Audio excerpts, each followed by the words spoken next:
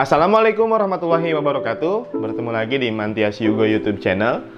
Pada video kali ini saya ingin memberikan sebuah tutorial bagaimana caranya membuat bangun kubus ya, dengan menggunakan kertas asturo atau kertas manila atau karton.